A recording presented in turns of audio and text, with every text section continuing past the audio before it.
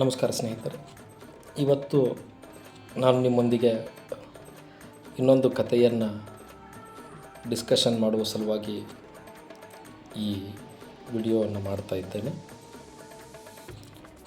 ಇವತ್ತು ನಾವು Alexander Dumas ಅವರು ಬರೆದಂತಹ ದಿ 3 ಮಸ್ಕಿಟಿಯರ್ಸ್ ಎನ್ನುವ ಕಾದಂಬರಿಯ ಕಥೆಯನ್ನು ಕನ್ನಡದಲ್ಲಿ ಕೇಳೋಣ. ಅದು 17ನೇ ಶತಮಾನದ ಫ್ರಾನ್ಸ್. ರಾತ್ರಿಯಾದರೆ ಫ್ರಾನ್ಸಿನ ಬೀದಿಗಳಲ್ಲಿ ಕತ್ತಿಗಳ ಸದ್ದು ಕೇಳಿಸುತ್ತಿತ್ತು ಹಾಗೂ ನೆತ್ತರು ನೀರಿನಂತೆ ಹರಿಯುತ್ತಿತ್ತು. ಅಧಿಕಾರಕ್ಕಾಗಿ ರಾಜಕೀಯ ಮೇಲಾಟ ಹಗಲು ರಾತ್ರಿ ನಡೆಯುತ್ತಿತ್ತು. ಕ್ಯಾಥೋಲಿಕ್ ಮತ್ತು ಪ್ರೊಟೆಸ್ಟೆಂಟ್ ಪಂಥಗಳ ನಡುವಿನ ಆಂತರಿಕ ಕಚ್ಚಾಟ ದೇಶವನ್ನು ಹೈರಾಣಾಗಿಸಿತ್ತು. ವಿಶೇಷವಾಗಿ ಪ್ರೊಟೆಸ್ಟೆಂಟರ ಭದ್ರಕೋಟೆಯಾಗಿದ್ದ ಲಾ ರೋಚೆಲಾ ಪಟ್ಟಣದ ಮೇಲೆ ರಾಜನ ಸೈನ್ಯ ಮುತ್ತಿಗೆ ಹಾಕಲು ಸನ್ನದ್ಧವಾಗುತ್ತಿದ್ದ ಸಮಯವದು. ಪ್ಯಾರಿಸ್ ನಗರದ ಅಂಡರ್ವರ್ಲ್ಡ್, ಗೆಳೆತನ, ಮೋಸ ಮತ್ತು ಸೇಡಿನ ಕಥೆಯನ್ನು ಹೇಳುವ ಈ ಪುಸ್ತಕವೇ ಅಲೆಕ್ಸಾಂಡರ್ ಡುಮಾಸ್ ಅವರು ಬರೆದ ದಿ 3 ಮಸ್ಕಿಟಿಯರ್ಸ್. ಇಂತಹ ವಿಷಮ ಪರಿಸ್ಥಿತಿಯಲ್ಲಿ ಫ್ರಾನ್ಸನ್ನು ಆಳುತ್ತಿದ್ದವರು ರಾಜ 13ನೇ ಲೂಯಿಸ್. ಮತ್ತು ಆತ ಕೇವಲ ಹೆಸರಿಗೆ ಮಾತ್ರ ರಾಜನಾಗಿದ್ದ, ಜೊತೆಗೆ ಯಾವಾಗಲೂ ತನ್ನ ವೈಭೋಗದ ಬಗ್ಗೆ ಚಿಂತಿಸುವ ದುರ್ಬಲ ಮನಸ್ಸಿನವನಾಗಿದ್ದ. ಅವನಿಗೆ ಪ್ರಜೆಗಳ ಯೋಗಕ್ಷೇಮ ಬೇಕಾಗಿರಲಿಲ್ಲ. ನಿಜವಾದ ಅಧಿಕಾರವೆಲ್ಲ 13ನೇ ಲೂಯಿಯ ಪ್ರಧಾನಮಂತ್ರಿಯಾಗಿದ್ದ ತೀಕ್ಷ್ಣ ಬುದ್ಧಿಯ ಕುತಂತ್ರಿ ಕಾರ್ಡಿನಲ್ ರಿಷೆಲ್ಯೂ ಅವನ ಕೈಯಲ್ಲಿತ್ತು. ರಾಜನ ಖಾಸಗಿ ಅಂಗರಕ್ಷಕರಾದ ಮಸ್ಕಿಟಿಯರ್ಸ್ ಮತ್ತು ಕಾರ್ಡಿನಲ್ನ ಗಾರ್ಡ್ಗಳ ನಡುವೆ ಸದಾ ಬೀದಿ ಕಾಳಗಗಳು, ರಕ್ತಪಾತಗಳು ನಡೆಯುತ್ತಲೇ ಇರುತ್ತಿದ್ದವು. ಈ ಎರಡು ಬಣಗಳ ನಡುವಿನ ಹಗೆತನವೇ ಈ ಕಾದಂಬರಿಯ ಜೀವಾಳ. ಈ ಕಥೆಯ ನಾಯಕ ಡಿ ಆರ್ಟಿಗ್ನಾನ್. ಅವನು ಹಳ್ಳಿಯಿಂದ ಪ್ಯಾರಿಸ್ಗೆ ಬರ್ತಾನೆ. ಡಿ ಆರ್ಟಿಗ್ನಾನ್ ಎಂಬ ಯುವಕ ಫ್ರಾನ್ಸ್ನ ಗ್ಯಾಸ್ಕನಿ ಎನ್ನುವ ಹಳ್ಳಿಯಿಂದ ಪ್ಯಾರಿಸ್ಗೆ ಒಂದು ಸುಂದರ ಕನಸು ಹೊತ್ತು ಬರುತ್ತಾನೆ.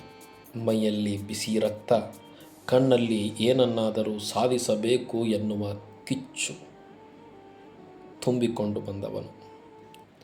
ಅವನ ಜೊತೆ ಪ್ಲಾಂಚೆಟ್ ಎಂಬ ಅತ್ಯಂತ ಬುದ್ಧಿವಂತ ಮತ್ತು ನಿಷ್ಠಾವಂತ ಸೇವಕನಿರುತ್ತಾನೆ.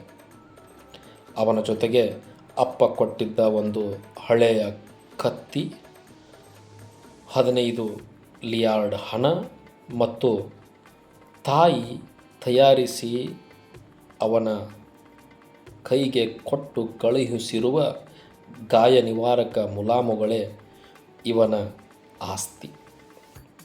ಪ್ಯಾರಿಸ್ ತಲುಪುವ ಮುನ್ನ ಮ್ಯೂಂಗ್ ಎಂಬ ಊರಿನಲ್ಲಿ ಅವನಿಗೆ ಕಾರ್ಡಿನಲ್ನ ಗೂಢಾಚಾರಿ, ಮುಖದ ಮೇಲೆ ಒಂದು ಗಾಯದ ಕಲೆಯಿದ್ದ ರೋಷ್ಪೋರ್ಟ್ ಎದುರಾಗುತ್ತಾನೆ.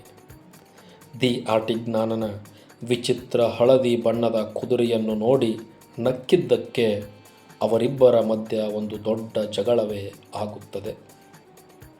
ಆ ಜಗಳದಲ್ಲಿ ಈ ಹಳ್ಳಿ ಹೈದ ತೀವ್ರವಾಗಿ ಗಾಯಗೊಳ್ಳುತ್ತಾನೆ ಮತ್ತು ಇದೇ ಹೊತ್ತಿನಲ್ಲಿ ಒಂದು ಕ್ಯಾರೇಜ್ನಲ್ಲಿ ಕುಳಿತಿದ್ದ ಅತ್ಯಂತ ಸುಂದರವಾದ ಮತ್ತು ಅಷ್ಟೇ ನಿಗೂಢವಾದ ಮಹಿಳೆಯೊಬ್ಬಳನ್ನು ಡಿ ಆರ್ಟಿಗ್ನಾನ್ ಮೊದಲ ಬಾರಿಗೆ ನೋಡುತ್ತಾನೆ. ಆ ಕ್ಯಾರೇಜ್ನಲ್ಲಿ ಕುಳಿತಿರುವ ಹೆಣ್ಣುಮಗಳೇ ಈ ಕಥೆಯ ವಿಲನ್, ಮಿಲೇಡಿ ಡಿ ವಿಂಟರ್. ಆ ಹೊಡೆದಾಟದಲ್ಲಿ ಡಿ ಆರ್ಟಿಗ್ನಾನನ್ನು ಗಾಯಗೊಳಿಸಿದ್ದಷ್ಟೇ ಅಲ್ಲದೆ ಮಸ್ಕಿಟಿಯರ್ ಪಡೆಯ ಮುಖ್ಯಸ್ಥ ಟ್ರಿವಿಲ್ಲೆಗೆ ನೀಡಲು ಅವನ ಅಪ್ಪ ಕೊಟ್ಟಿದ್ದ ಶಿಫಾರಸು ಪತ್ರವನ್ನೂ ಕೂಡ ರೋಷ್ಪೋರ್ಟ್ ಕದ್ದು ಬಿಡುತ್ತಾನೆ. ಪ್ಯಾರಿಸ್ ತಲುಪಿದ ಡಿ ಆರ್ಟಿಗ್ನಾನ್ಗೆ 3 ಸೈನಿಕರು ಎದುರಾಗುತ್ತಾರೆ. ಅವರ ಹೆಸರು ಅಥೋಸ್, ಪೋಥೋಸ್ ಮತ್ತು ಅರಾಮಿಸ್. ಇವರು ಒಬ್ಬನಿಗಾಗಿ ಒಬ್ಬರು ಪ್ರಾಣ ಕೊಡಬಲ್ಲ ಗೆಳೆಯರು. ಅಥೋಸ್ ಮಸ್ಕಿಟಿಯರ್ಸ್ ತಂಡದ ಮಾರ್ಗದರ್ಶಕ ಮತ್ತು ಇವನ ನಿಜವಾದ ಹೆಸರು ಕೌಂಟ್ ಡೆ ಲಾ ಫೇರ್. ಒಂದು ಕಾಲದಲ್ಲಿ ಈತ ದೊಡ್ಡ ಜಮೀನ್ದಾರನಾಗಿದ್ದವನು. ತಾನು ಪ್ರಾಣಕ್ಕಿಂತ ಹೆಚ್ಚಾಗಿ ಪ್ರೀತಿಸಿ ಮದುವೆಯಾದ ಸುಂದರ ಹೆಂಡತಿಯೇ ಒಬ್ಬ ವಂಚಕಿ ಮತ್ತು ಕೈದಿ ಎಂಬುದು ತಿಳಿದಾಗ ಅವಳನ್ನು ಮರಕ್ಕೆ ನೇಣು ಹಾಕಲು ಪ್ರಯತ್ನಿಸಿ ಎಲ್ಲವನ್ನೂ ತ್ಯಜಿಸಿ ಮಸ್ಕಿಟಿಯರ್ ಪಡೆ ಸೇರುತ್ತಾನೆ. ಇವನಿಗೆ ಗ್ರಿಮಾಡಿ ಎಂಬ ಮೂಕ ಸೇವಕನಿದ್ದಾನೆ. ಎರಡನೆಯವನು ಪೋಥೋಸ್. ಇವನು ದೈತ್ಯ ದೇಹದ ಆಸಾಮಿ. ಸದಾ ಹೊಸ ಬಟ್ಟೆ ಮತ್ತು ಹೊಡೆದಾಟ ಎಂದರೆ ಇವನಿಗೆ ಪ್ರಾಣ. ಇವನಿಗೆ ಮೌಸ್ಕೆಟನ್ ಎಂಬ ಶೋಕಿಲಾಲ ಸೇವಕನಿದ್ದಾನೆ. ಪೋರ್ಥೋಸ್ ತಾನು ಧರಿಸಿದ್ದ ಚಿನ್ನದ ಪಟ್ಟಿಯ ಮುಂಭಾಗ ಮಾತ್ರ ಚಿನ್ನದ್ದು ಮತ್ತು ಹಿಂಭಾಗ ಚರ್ಮದ್ದು ಎಂಬ ಗುಟ್ಟನ್ನು ತನ್ನ ಉದ್ದನೆಯ ಕೋಟ್ನಿಂದ ಯಾವಾಗಲೂ ಮುಚ್ಚುವ ಪ್ರಯತ್ನವನ್ನು ಮಾಡುತ್ತಿರುತ್ತಾನೆ. ಮೂರನೆಯವನು ಅರಾಮಿಸ್. ಇವನ ನಿಜವಾದ ಹೆಸರು ರೆನೆ ಡಿ ಹರ್ಬ್ಲೆ. ಸನ್ಯಾಸಿಯಾಗಬೇಕೆಂಬ ಹಂಬಲವಿದ್ದರೂ ಸುಂದರ ಹುಡುಗಿಯರ ಮತ್ತು ರಾಜಕೀಯ ರಹಸ್ಯಗಳ ನಡುವೆ ಇವನ ಬದುಕು ಸಾಗುತ್ತಿರುತ್ತದೆ.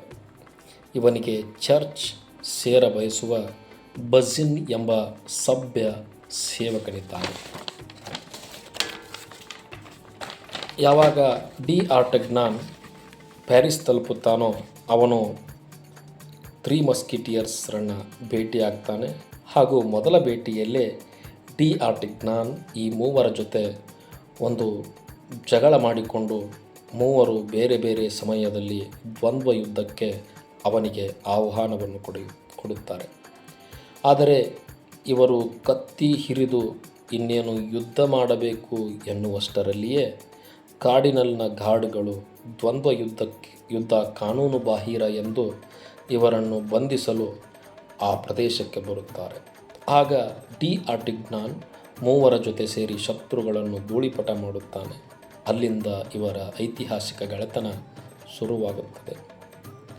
ಆಗ ಆ ಮೂವರು ಎಲ್ಲರೂ ಒಬ್ಬನಿಗಾಗಿ ಒಬ್ಬ ಎಲ್ಲರಿಗಾಗಿ ಎನ್ನುವ ಶಪಥ ಮಾಡುತ್ತಾರೆ. ಕಥೆಯ ಮುಖ್ಯ ವಿಲನ್ ಕಾರ್ಡಿನಲ್ ರಿಷೆಲು, ಫ್ರಾನ್ಸ್ನ ರಾಣಿ ಆ್ಯನ್ ಆಫ್ ಆಸ್ಟ್ರಿಯಾ ಮತ್ತು ಇಂಗ್ಲೆಂಡ್ನ ಪ್ರಧಾನಿ ಡ್ಯೂಕ್ ಆಫ್ ಬೆಕ್ಕಿಂಗ್ಹ್ಯಾಮ್ ನಡುವಿನ ರಹಸ್ಯ ಪ್ರೇಮ ಸಂಬಂಧವನ್ನು ಬಳಸಿಕೊಂಡು ರಾಣಿಯ ಮರ್ಯಾದೆ ಕಳೆಯಲು ಹೊಂಚು ಹಾಕುತ್ತಿರುತ್ತಾನೆ. ರಾಣಿ ಬಕಿಂಗ್ಹ್ಯಾಮನಿಗೆ ಪ್ರೀತಿಯ ಸಂಕೇತವಾಗಿ 12 ವಜ್ರದ ಪದಕಗಳನ್ನು ಕೊಟ್ಟಿರುತ್ತಾಳೆ. ಇದನ್ನು ಅರಿತ ಕಾರ್ಡಿನಲ್ ರಾಜನ ಮೂಲಕ ಆ ಪದಕಗಳನ್ನು ಧರಿಸಿಯೇ ಅರಮನೆಯ ಸಮಾರಂಭವೊಂದಕ್ಕೆ ಬರಲು ರಾಣಿಗೆ ಆಜ್ಞೆ ಮಾಡಿಸುತ್ತಾನೆ. ರಾಣಿಯ ಆಪ್ತ ಸೇವಕಿ ಮತ್ತು ಡಿ ಆರ್ಟಗ್ನಾನ್ನ ಪ್ರೇಯಸಿ ಕಾನ್ಸ್ಟನ್ಸ್ ಬೊನಾಸಿಯಕ್ಸ್ ಸಹಾಯಕ್ಕಾಗಿ ಈ 4 ಗೆಳೆಯರನ್ನು ಕೇಳುತ್ತಾಳೆ. ಲಂಡನ್ಗೆ ಹೋಗಿ ಪದಕಗಳನ್ನು ತರುವ ದಾರಿಯುದ್ದಕ್ಕೂ ಮಿಲೇಡಿಯ ಕಿಲ್ಲರ್ಗಳು ದಾಳಿ ಮಾಡುತ್ತಾರೆ. ದಾರಿಯಲ್ಲಿ ಪೋರ್ಥೋಸ್, ಅರಾಮಿಸ್ ಮತ್ತು ಅಥೋಸ್ ಶತ್ರುಗಳನ್ನು ಎದುರಿಸುತ್ತಾ ಹಿಂದೆ ಉಳಿಯುತ್ತಾರೆ. ಡಿ ಆರ್ಟಗ್ನಾನ್ ಒಬ್ಬನೇ ಲಂಡನ್ ತಲುಪಿದಾಗ ಮಿಲೇಡಿ ಆಗಲೇ 2 ಪದಕಗಳನ್ನು ಕದ್ದು ಕಾರ್ಡಿನಲ್ಗೆ ಕಳುಹಿಸಿರುತ್ತಾಳೆ. ಆದರೆ ಬಕಿಂಗ್ಹ್ಯಾಮ್ ರಾತ್ರೋರಾತ್ರಿ ಹೊಸ ಪದಕಗಳನ್ನು ತಯಾರಿಸಿಕೊಟ್ಟು ಡಿ ಆರ್ಟಗ್ನಾನನ್ನು ಮರಳಿ ಕಳುಹಿಸುತ್ತಾನೆ.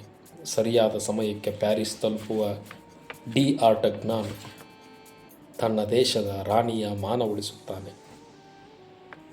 ಈ ಸೋಲಿನಿಂದ ಕೆರಳಿದ ಮಿಲೇಡಿ ಡಿ ಆರ್ಟಗ್ನಾನನ ಮೇಲೆ ಹಗೆ ಸಾಧಿಸಲು ಅವನ ಪ್ರೇಯಸಿ ಕಾನ್ಸ್ಟನ್ಸ್ಗೆ ವಿಷವಿಟ್ಟು ಕೊಲ್ಲುತ್ತಾಳೆ.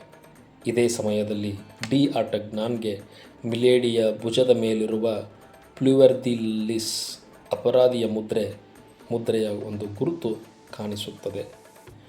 ಆಗಲೇ ಅವನಿಗೆ ಅವಳು ಅಥೋಸ್ನ ಹಳೆಯ ವಂಚಕ ಹೆಂಡತಿ ಎಂಬುದು ತಿಳಿಯುತ್ತದೆ. ಮಿಲೇಡಿ ಕೇವಲ ಇವರನ್ನಷ್ಟೇ ಅಲ್ಲ, ಇಂಗ್ಲೆಂಡ್ನ ಬಕಿಂಗ್ಹ್ಯಾಮ್ ರಾಜನನ್ನು ಕೂಡ ಹತ್ಯೆ ಮಾಡಿಸುತ್ತಾಳೆ. ಕೊನೆಗೂ ಈ 4 ಗೆಳೆಯರು ಮಿಲೇಡಿಯನ್ನು ಬೆನ್ನಟ್ಟಿ ಹಿಡಿಯುತ್ತಾರೆ. ಕತ್ತಲ ರಾತ್ರಿಯಲ್ಲಿ ಲೀಲೆ ನಗರದ ಕಟುಕನನ್ನು ಕರೆಸಿ ಅವಳ ಎಲ್ಲ ಪಾಪಗಳಿಗೆ ಮರಣದಂಡನೆ ಶಿಕ್ಷೆಯನ್ನು ವಿಧಿಸುತ್ತಾರೆ. ಕಾರ್ಡಿನಲ್ ಕೂಡ ಈ ಮೂವರ ರಟ್ಟೆಯ ಬಲಕ್ಕೆ ಶರಣಾಗುತ್ತಾನೆ. ದಿ ಆರ್ಟಿಗ್ನಾನ್ ಬಳಿ ಕಾರ್ಡಿನಲ್ ಬರೆದುಕೊಟ್ಟಿದ್ದ ಕ್ಷಮಾಪಣಾ ಪತ್ರವಿರುತ್ತದೆ. ಕಾರ್ಡಿನಲ್ ಡಿ ಆರ್ಟಿಗ್ನಾನ್ನ ಸಾಹಸವನ್ನು ಮೆಚ್ಚಿ ಅವನಿಗೆ ಲೆಫ್ಟಿನೆಂಟ್ ಹುದ್ದೆ ನೀಡುತ್ತಾನೆ. ಹಳ್ಳಿಯಿಂದ ಹುಡುಗ ಅಧಿಕೃತವಾಗಿ ಮಸ್ಕಿಟಿಯರ್ ಆಗುತ್ತಾನೆ. ಅಥೋಸ್, ಪೋರ್ಥೋಸ್ ಮತ್ತು ಅರಾಮಿಸ್ ತಮ್ಮ ತಮ್ಮ ದಾರಿ ಹಿಡಿಯುವುದರೊಂದಿಗೆ ಈ ಅದ್ಭುತ ಕಥೆಯ ಮುಕ್ತಾಯವಾಗುತ್ತದೆ. ಧನ್ಯವಾದಗಳು ಸ್ನೇಹಿತರೆ. ಮುಂದಿನ ವಿಡಿಯೋದಲ್ಲಿ ಮತ್ತೊಂದು ಹೊಸ ಕಥೆಯೊಂದಿಗೆ ನಾನು ನಿಮ್ಮ ಮುಂದೆ ಬರುತ್ತೇನೆ. ನಮಸ್ಕಾರ.